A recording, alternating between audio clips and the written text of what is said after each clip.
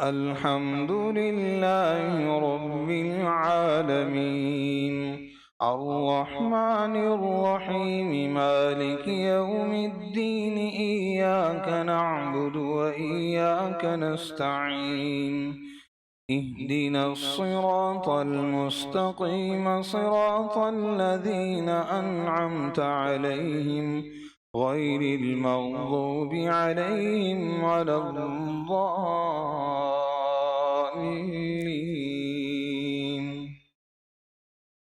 اتل ما أوحي إليك من الكتاب وأقم الصلاة، إن الصلاة تنهى عن الفحشاء والمنكر، ولذكر الله أكبر، والله يعلم ما تصنعون. ولا تجادلوا أهل الكتاب إلا بالتي هي أحسن، إلا الذين ظلموا منهم، وقولوا آمنا بالذي أنزل إلينا وأنزل إليكم وإلهنا وإلهكم واحد ونحن له مسلمون. وكذلك أنزلنا إليك الكتاب، فالذين آتيناهم الكتاب يؤمنون به، ومن هؤلاء من يؤمن به، وما يجحد بآياتنا إلا الكافرون. وما كنت تتلو من قبله من كتاب ولا تخطه بيمينك، إذا لارتاب المبطلون. بل هو آيات بينات في صدور الذين أوتوا العلم، وما يجحد بآياتنا إلا الظالمون. وقالوا لولا أنزل عليه آيات من ربه، قل إنما الآيات عند الله، وإنما أنا نذير مبين. أولم يكفهم أنا أنزلنا عليك الكتاب يتلى عليهم، إن في ذلك لرحمة وذكرى لقوم يؤمنون. قل كفى بالله بيني وبينكم شهيدا، يعلم ما في السماوات والأرض، والذين آمنوا بالباطل وكفروا بالله أولئك هم الخاسرون. ويستعجلونك بالعذاب، ولولا أجل مسمى لجاءهم العذاب، وليأتينهم بغتة وهم لا يشعرون. يستعجلونك بالعذاب، وإن جهنم لمحيطة بالكافرين. يوم يغشاهم العذاب من فوقهم ومن تحت أرجلهم، ويقول ذوقوا ما كنتم تعملون. يا عبادي الذين آمنوا إن أرضي واسعة فإياي فاعبدون. كل نفس ذائقة الموت، ثم إلينا ترجعون. والذين آمنوا وعملوا الصالحات لنبوئنهم من الجنة غرفا تجري من تحتها الأنهار خالدين فيها، نعم أجر العاملين. الذين صبروا وعلى ربهم يتوكلون. وكأي من دابة لا تحمل رزقها الله يرزقها وإياكم، وهو السميع العليم.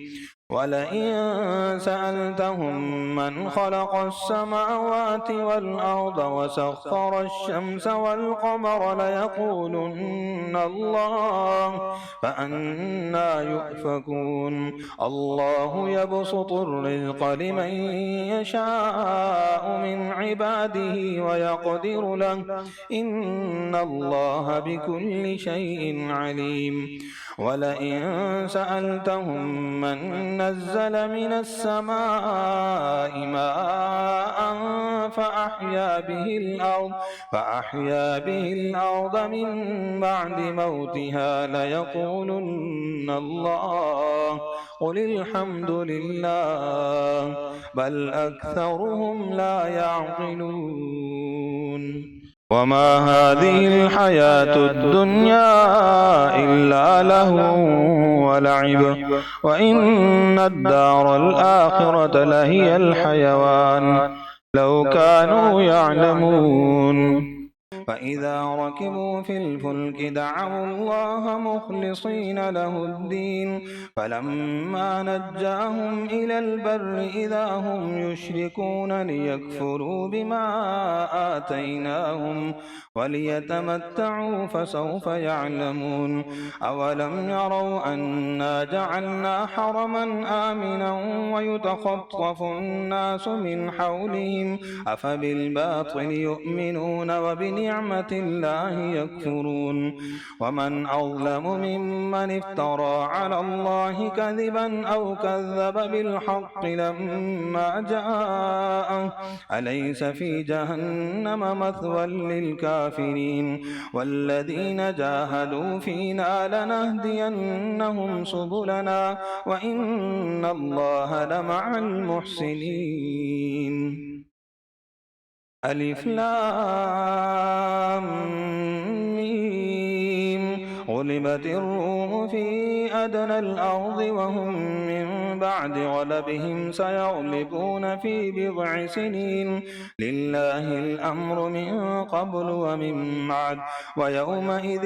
يفرح المؤمنون بنصر الله ينصر من يشاء وهو العزيز الرحيم وعد الله لا يخلف الله وعده ولكن أكثر الناس لا يعلمون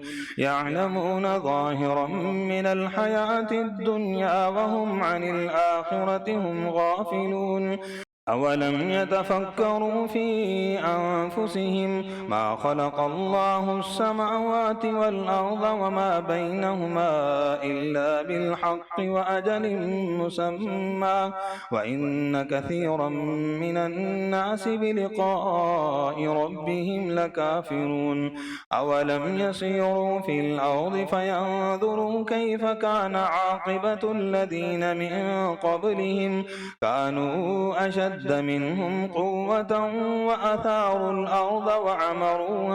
وعمروها أكثر مما عمروها وجاءتهم رسلهم بالبينات فما كان الله ليظلمهم ولكن كانوا أنفسهم يظلمون ثم كان عاقبة الذين أساءوا السوء أن كذبوا بآيات الله وكانوا بها يستهزئون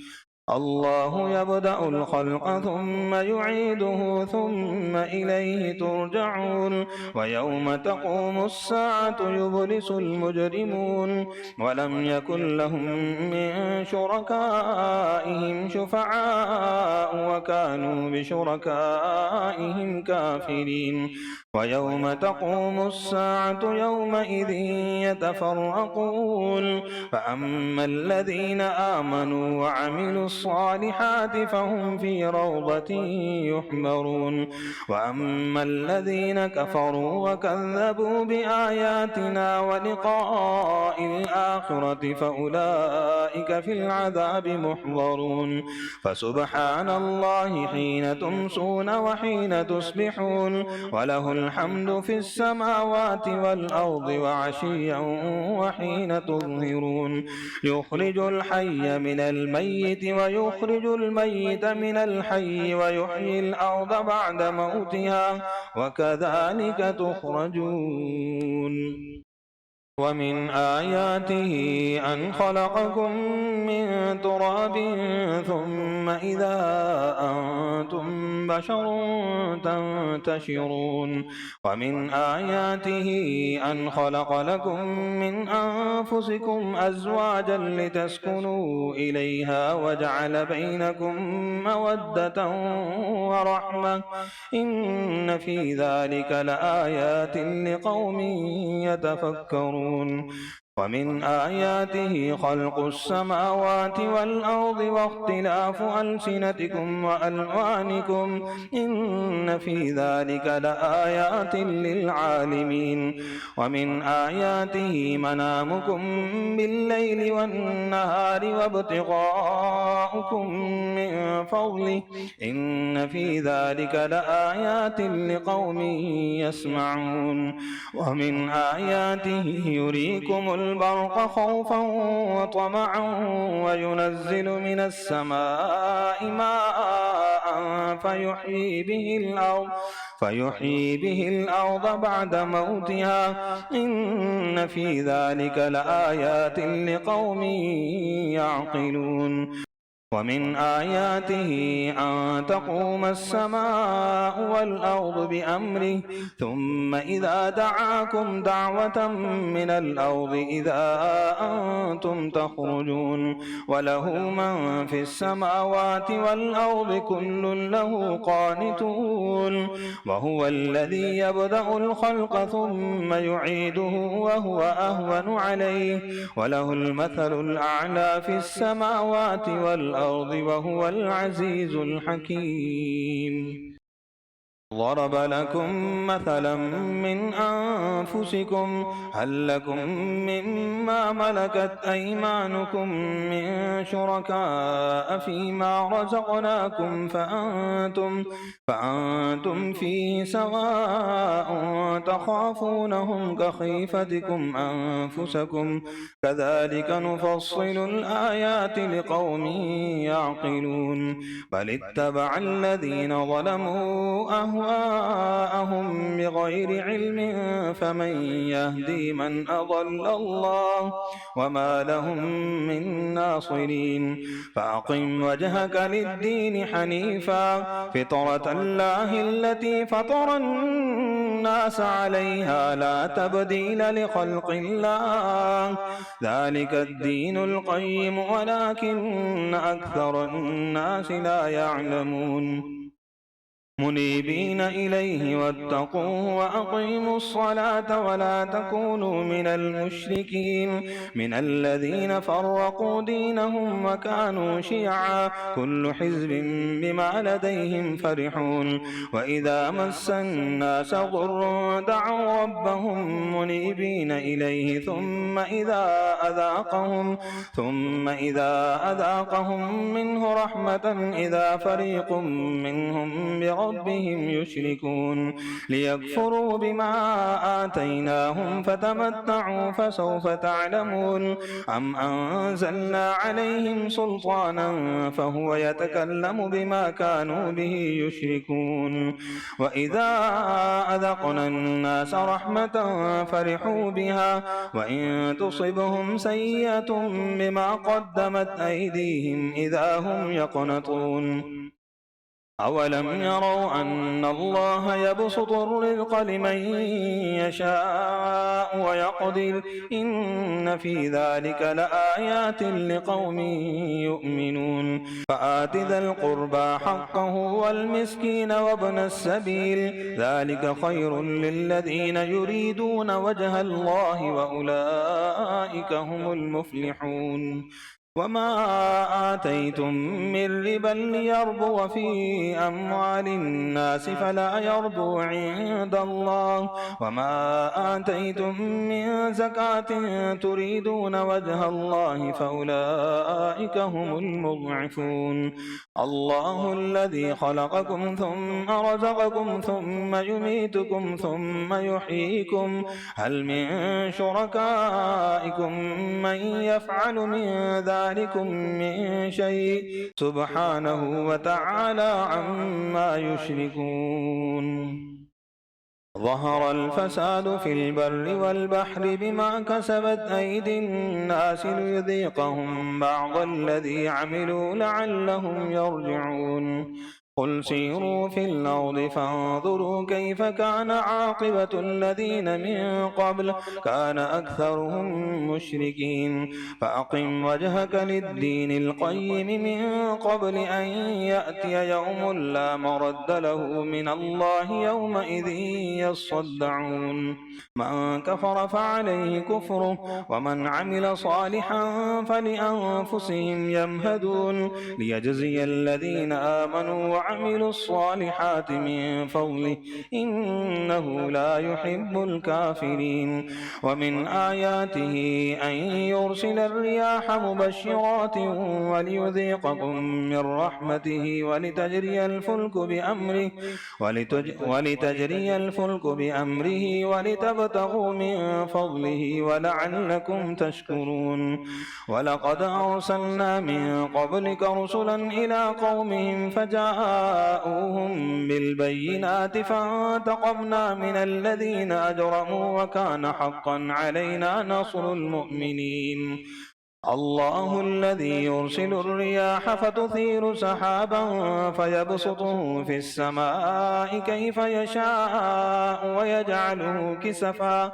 ويجعله كسفا فترى الودق يخرج من خلاله فإذا أصاب به من يشاء من عباده إذا هم يستبشرون وإن كانوا من قبل أن ينزل عليهم من قبله لمبلسين فانظر إلى آثار رحمة الله كيف يحيي الأرض بعد موتها إن ذلك لمحيي الموتى وهو على كل شيء قدير ولئن أرسلنا ريحا فرأوه مصفرا لظلوا من بعده يكفرون فإنك لا تسمع الموتى ولا تسمع الصم الدعاء إذا ولوا مدبرين وما أنت بهاد العمي عن ضلالتهم إن تسمع إلا من يؤمن بآياتنا فهم مسلمون الله الذي خلقكم من ضعف ثم جعل من بعد ضعف قوة ثم جعل من بعد قوة ضعفا وشيبا يخلق ما يشاء وهو العليم القدير ويوم تقوم الساعة يقسم المجرمون ما لبثوا غير ساعة كذلك كانوا يؤفكون وقال الذين أوتوا العلم والإيمان لقد لبثتم في كتاب الله إلى يوم البعث فهذا يوم البعث ولكنكم كنتم لا تعلمون فيومئذ لا ينفع الذين ظلموا معذرتهم ولا هم يستعتبون ولقد ضربنا للناس في هذا القرآن من كل مثل ولئن جئتهم بآية ليقولن الذين كفروا إن أنتم إلا مبطلون كذلك يطبع الله على قلوب الذين لا يعلمون فاصبر إن وعد الله حق ولا يستخفنك الذين لا يوقنون ألف لام ميم تلك آيات الكتاب الحكيم هدى ورحمة للمحسنين الذين يقيمون الصلاة ويؤتون الزكاة وهم بالآخرة هم يوقنون أولئك على هدى من ربهم وأولئك هم المفلحون ومن الناس من يشتري لهو الحديث ليضل عن سبيل الله بغير علم ويتخذها هزوا أولئك لهم عذاب مهين وإذا تتلى عليه آياتنا ولى مستكبرا كأن لم يسمعها كأن في أذنيه وقرا فبشره بعذاب أليم إن الذين آمنوا وعملوا الصالحات لهم جنات النعيم خالدين فيها وعد الله حقا وهو العزيز الحكيم. خلق السماوات بغير عمد ترونها وألقى في الأرض رواسي أن تميد بكم وبث فيها من كل دابة وأنزلنا من السماء ماء فأنبتنا فيها من كل زوج كريم. هذا خلق الله فأروني ماذا خلق الذين من دونه بل الظالمون في ضلال مبين. ولقد آتينا لقمان الحكمة أن اشكر لله ومن يشكر فإنما يشكر لنفسه ومن كفر فإن الله غني حميد. وإذ قال لقمان لابنه وهو يعظه يا بني لا تشرك بالله إن الشرك لظلم عظيم. ووصينا الإنسان بوالديه حملته أمه وهنا على وهن وفصاله في عامين أن اشكر لي ولوالديك إلي المصير. وإن جاهداك على أن تشرك بي ما ليس لك به علم فلا تطعهما وصاحبهما في الدنيا معروفا واتبع سبيل من أناب إلي ثم إلي مرجعكم فأنبئكم بما كنتم تعملون. يا بني إنها إن تك مثقال حبة من خردل فتكن في صخرة أو في السماوات أو في الأرض يأت بها الله إن الله لطيف خبير. يا بني أقم الصلاة وأمر بالمعروف وانه عن المنكر واصبر على ما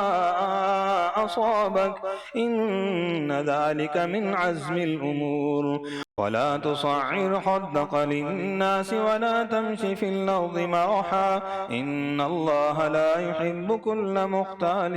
فخور. واقصد في مشيك واغضض من صوتك إن أنكر الأصوات لصوت الحمير. ألم تروا أن الله سخر لكم ما في السماوات وما في الأرض وأصبغ عليكم نعمه ظاهرة وباطنة ومن الناس من يجادل في الله بغير علم ولا هدى ولا كتاب منير. وإذا قيل لهم اتبعوا ما أنزل الله قالوا بل نتبع ما وجدنا عليه آباءنا أولو كان الشيطان يدعوهم إلى عذاب السعير. ومن يسلم وجهه إلى الله وهو محسن فقد استمسك بالعروة الوثقى وإلى الله عاقبة الأمور. ومن كفر فلا يحزنك كفره إلينا مرجعهم فننبئهم بما عملوا إن الله عليم بذات الصدور. نمتعهم قليلا ثم نضطرهم إلى عذاب غليظ. ولئن سألتهم من خلق السماوات والأرض ليقولن الله قل الحمد لله بل أكثرهم لا يعلمون. لله ما في السماوات والأرض إن الله هو الغني الحميد. ولو أن ما في الأرض من شجرة أقلام والبحر يمده من بعده 7 أبحر ما نفدت كلمات الله إن الله عزيز حكيم. ما خلقكم ولا بعثكم إلا كنفس واحدة إن الله سميع بصير. ألم تر أن الله يولج الليل في النهار ويولج النهار في الليل وسخر الشمس والقمر كل يجري إلى أجل مسمى وأن الله بما تعملون خبير. ذلك بأن الله هو الحق وأن ما يدعون من دونه الباطل وأن الله هو العلي الكبير.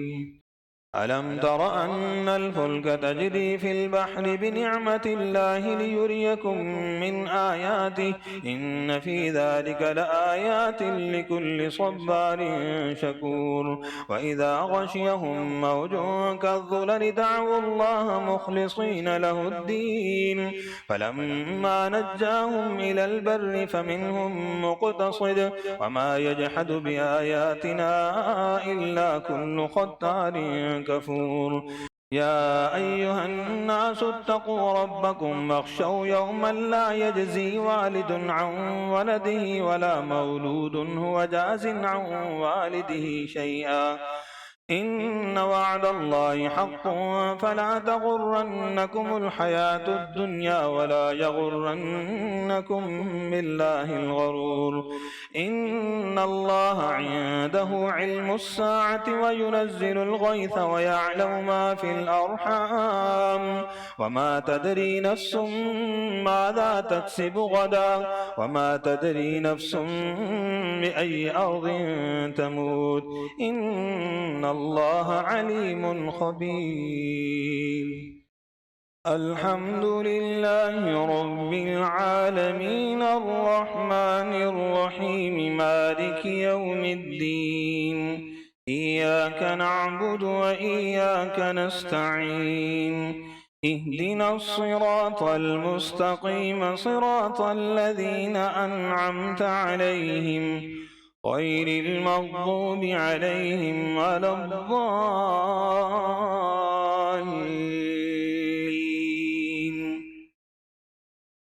ألف لام ميم تنزيل الكتاب لا ريب فيه من رب العالمين أم يقولون افتراه بل هو الحق من ربك لتنذر قوما ما أتاهم من نذير من قبلك لعلهم يهتدون الله الذي خلق السماوات والأرض وما بينهما في 6 أيام ثم استوى على العرش ما لكم من دونه من ولي ولا شفيع أفلا تتذكرون يدبر الأمر من السماء إلى الأرض ثم يعرج إليه في يوم كان مقداره 1000 سنة مما تعدون ذلك عالم الغيب والشهادة العزيز الرحيم الذي أحسن كل شيء خلقه وبدأ خلق الإنسان من طين ثم جعل نسله من سلالة من ماء مهين ثم سواه ونفخ فيه من روحه وجعل لكم السمع والأبصار والأفئدة قليلا ما تشكرون وقالوا أإذا ضللنا في الأرض أإنا لفي خلق جديد بل هم بلقاء ربهم كافرون قل يتوفاكم ملك الموت الذي وكل بكم ثم إلى ربكم ترجعون ولو ترى إذ المجرمون ناكسوا رؤوسهم عند ربهم ربنا أبصرنا وسمعنا فارجعنا نعمل صالحا إنا موقنون ولو شئنا لآتينا كل نفس هداها ولكن حق القول مني لأملأن جهنم من الجنة والناس أجمعين فذوقوا بما نسيتم لقاء يومكم هذا إنا نسيناكم وذوقوا عذاب الخلد بما كنتم تعملون إنما يؤمن بآياتنا الذين إذا ذكروا بها خروا سجدا وسبحوا بحمد ربهم وهم لا يستكبرون الله أكبر. تتجافى جنوبهم عن المضاجع يدعون ربهم خوفا وطمعا ومما رزقناهم ينفقون فلا تعلم نفس ما أخفي لهم من قرة أعين جزاء بما كانوا يعملون أفمن كان مؤمنا كمن كان فاسقا لا يستوون أما الذين آمنوا وعملوا الصالحات فلهم جنات المأوى نزلا بما كانوا يعملون وأما الذين فسقوا فمأواهم النار كلما أرادوا أن يخرجوا منها أعيدوا فيها وقيل لهم ذوقوا عذاب النار الذي كنتم به تكذبون ولنذيقنهم من العذاب الأدنى دون العذاب الأكبر لعلهم يرجعون ومن أظلم ممن ذكر بآيات ربه ثم أعرض عنها إنا من المجرمين منتقمون ولقد آتينا موسى الكتاب فلا تكن في مرية من لقائه وجعلناه هدى لبني إسرائيل وجعلنا منهم أئمة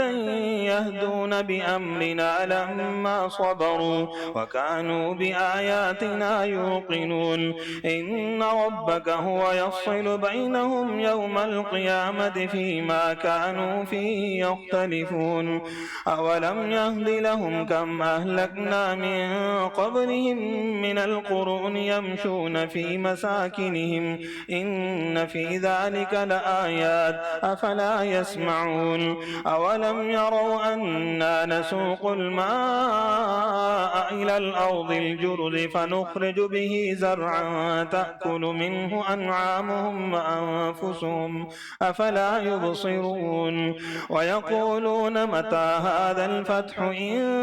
كنتم صادقين قل يوم الفتح لا ينفع الذين كفروا إيمانهم ولا هم ينظرون فأعرض عنهم وانتظر إنهم منتظرون يا أيها النبي اتق الله ولا تطع الكافرين والمنافقين إن الله كان عليما حكيما واتبع ما يوحى إليك من ربك إن الله كان بما تعملون خبيرا وتوكل على الله وكفى بالله وكيلا ما جعل الله لرجل من قلبين في جوفه وما جعل أزواجكم اللائي تظاهرون منهن أمهاتكم وما جعل أدعياءكم أبناءكم ذلكم قولكم بأفواهكم والله يقول الحق وهو يهدي السبيل ادعوهم لآبائهم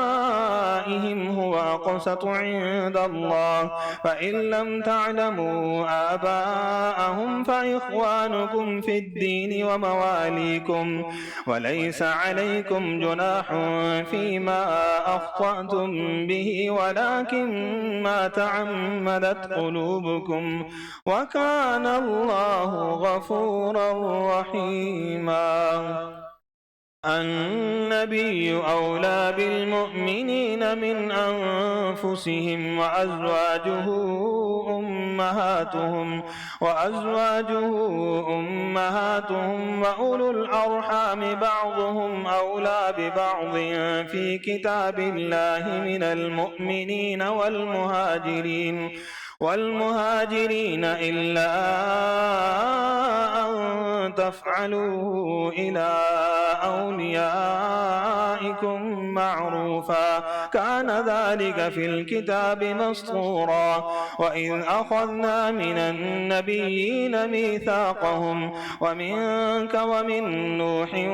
وإبراهيم وموسى وعيسى بن مريم فأخذنا منهم ميثاقا غليظا ليسأل الصادقين عن صدقهم وأعد للكافرين عذابا أليما. يا أيها الذين آمنوا اذكروا نعمة الله عليكم إذ جاءتكم جنود فأرسلنا عليهم ريحا وجنودا لم تروها وكان الله بما تعملون بصيرا. إذ جاءوكم من فوقكم ومن أسفل منكم وإذ زاغت الأبصار وبلغت القلوب الحناجر وتظنون بالله الظنونا هنالك ابتلي المؤمنون وزلزلوا زلزالا شديدا. وإذ يقول المنافقون والذين في قلوبهم مرض ما وعدنا الله ورسوله إلا غرورا. وإذ قالت طائفة منهم يا أهل يثرب لا مقام لكم فارجعوا ويستأذن فريق منهم النبي يقولون إن بيوتنا عورة وما هي بعورة إن يريدون إلا فرارا ولو دخلت عليهم من أقطارها ثم سئلوا الفتنة لآتوها وما تلبثوا بها إلا يسيرا. ولقد كانوا عاهدوا الله من قبل لا يولون الأدبار وكان عهد الله مسؤولا. قل لن ينفعكم الفرار إن فررتم من الموت أو القتل وإذا لا تمتعون إلا قليلا. قل من ذا الذي يعصمكم من الله إن أراد بكم سوءا أو أراد بكم رحمة ولا يجدون لهم من دون الله وليا